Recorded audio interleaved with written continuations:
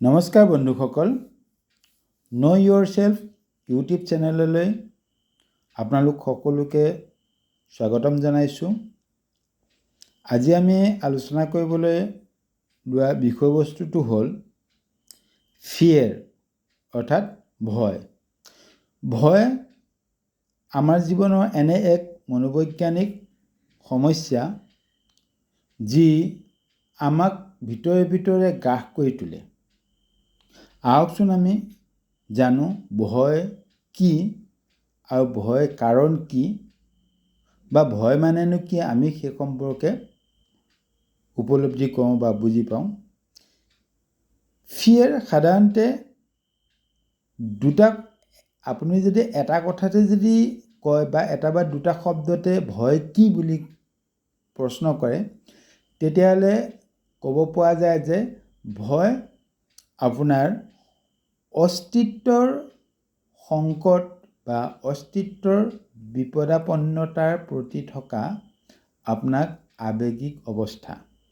অৰ্থাৎ আমি এনেকৈ ক'ব পাৰোঁ FEAR অৰ্থাৎ feel of emotion absent of reality, অৰ্থাৎ বাস্তৱতাহীন এটা বস্তুৰ প্ৰতি আমাৰ আৱেগিক অনুভূতি।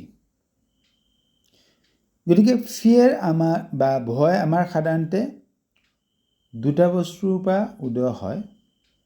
এটা হ'ল বিপদ আৰু আনটো হ'ল ভাবুকি অৰ্থাৎ ডেঞ্জাৰ এণ্ড থ্ৰীট। এতিয়া বহলকৈ যদি আমি ভয় দুটা ভাগত বিভক্ত কৰিব পাৰোঁ। এটা হ'ল ফিজিঅ'লজিকেল ফিয়েৰ বা দৈহিক ভয়, আনটো হ'ল চাইক'লজিকেল ফিয়েৰ বা আৱেগিক মনোবৈজ্ঞানিক ভয়। ফিজিঅ'লজিকেল ফিয়েৰৰ কথাটো আমি ধৰক কম বেছি পৰিমাণে গ্ৰহণ কৰি ল'ব পাৰোঁ।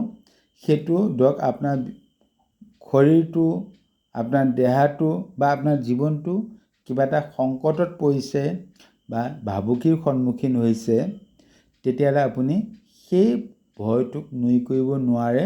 আপুনি সেই ভয়ৰ পৰা পলায়ন কৰাটো উচিত। কিন্তু আমাৰ সমস্যাটো ক'ত? আমাৰ সমস্যাটো সদায় চাইক'লজিকেল ফিয়েৰৰ ওপৰতহে আটাইতকৈ ডাঙৰ সমস্যা। আমি আজিৰ যুগত দৈহিক বা শাৰীৰিক ভয়টো সিমান গুৰুত্বপূৰ্ণ নহয়। হয়, এটা দিশৰ পৰা যদি আপোনাৰ বেমাৰ আজাৰ হৈছে, আপোনাৰ জীৱন সংকটাপন্ন হৈ আছে বা দুৰাৰোগ্য ৰোগত যদি আপুনি ভুগি আছে, তেতিয়া আপুনি ক'ব পাৰে বা আমি অনুভৱ কৰিব পাৰোঁ যে জীৱনটো হেৰুৱা ভয় বা জীৱনৰ প্ৰতি দেখা দিয়া ভাবুকি এটা ভয়ৰ কাৰণ হ'ব পাৰে। সেইটো এটা সুকীয়া বস্তু, সেইটোৰ পৰা আপুনি এৰাই চলিব নোৱাৰে। তাক আপুনি মোকাবিলা কৰিব লাগিব। কেনেকৈ কৰিব সেই বিষয়ে বা আমি পাছত আলোচনা কৰিম। কিন্তু দ্বিতীয় ভয়টো হ'ল আপোনাৰ মনোজগতৰ বা মানসিক অৱস্থাত থকা ভয়। সেই ভয়ৰ আকৌ বিভিন্ন কাৰণ হ'ব পাৰে, যিটো ক'লোঁ যে feel of emotion absent of reality, বাস্তৱহীন বস্তু এটাৰ প্ৰতি আৱেগিক অনুভূতিকে যেতিয়া আমি ভয় বুলি কওঁ, তেতিয়াহ'লে আমি বাস্তৱতাহীন বস্তু এটা কি হ'ব পাৰে? যেনে ধৰক ফিয়েৰ অফ এক্সিষ্টেঞ্চ, অস্তিত্বৰ ভয় হ'ব পাৰে। ফিয়েৰ অফ মিউটিলেশ্যন বা বিকৃতকৰণৰ ভয় হ'ব পাৰে। ফিয়েৰ অফ অট'নমি বা স্বতন্ত্ৰতাৰ ভয় হ'ব পাৰে। ফিয়েৰ অফ ছেপাৰেশ্যন বা পৃথকীকৰণৰ ভয় হ'ব পাৰে। আৰু আমি আজি আলোচনা কৰিম তাতোতকৈ এটা গুৰুত্বপূৰ্ণ বিষয়, যদিও আমি চাইক'লজি বা মনোবিজ্ঞানৰ কিতাপত এই ভয়সমূহ পাইছোঁ, কিন্তু এই ভয়বিলাকতকৈ আটাইতকৈ গুৰুত্বপূৰ্ণ ভয়টো হ'ল ফিয়েৰ অফ ইগ', অৰ্থাৎ অহঙৰ অস্তিত্ব ৰক্ষাৰ ভয়, অৰ্থাৎ fear of existence of ego', fear of safe of ego' বা self esteem, self actualization, self manipulation, belongingness, self safety, বিভিন্ন ধৰণে আপুনি ব্যাখ্যা কৰিব পাৰে।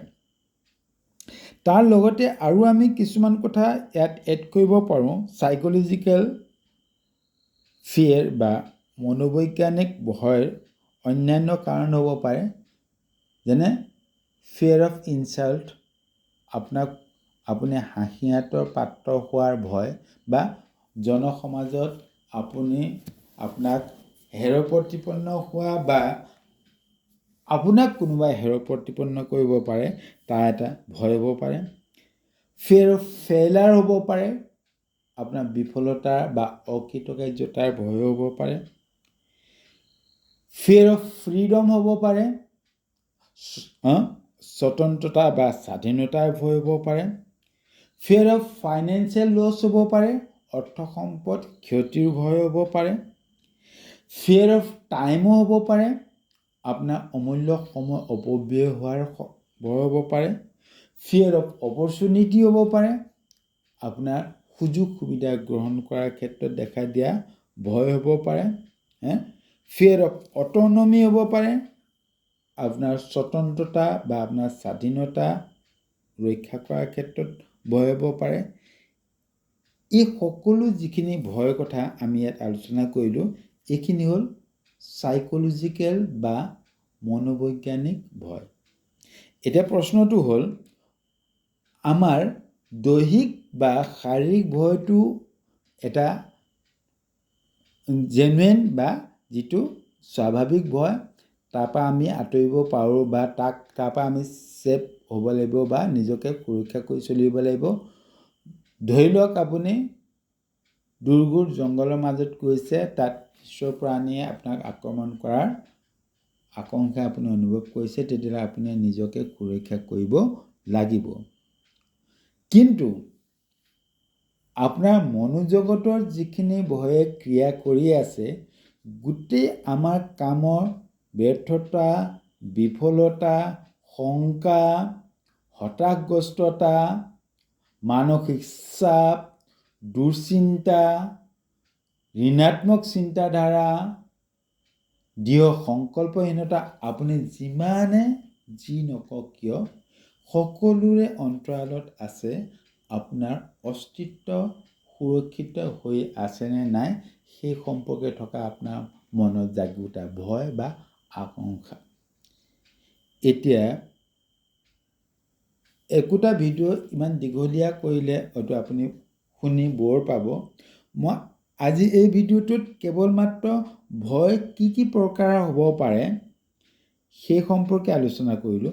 ইয়াৰ পৰৱৰ্তী ভিডিঅ'ত ভয়ৰ কাৰণ বা ভয় নিবাৰণ আমি কেনেকৈ কৰিব পাৰোঁ, বিশেষকৈ সাইকোলজিক্যাল বা মনোবৈজ্ঞানিক ভয় আমি কেনেকৈ দূৰ কৰিব পাৰোঁ, সেই বিষয়লৈ আমি আলোচনা কৰিম।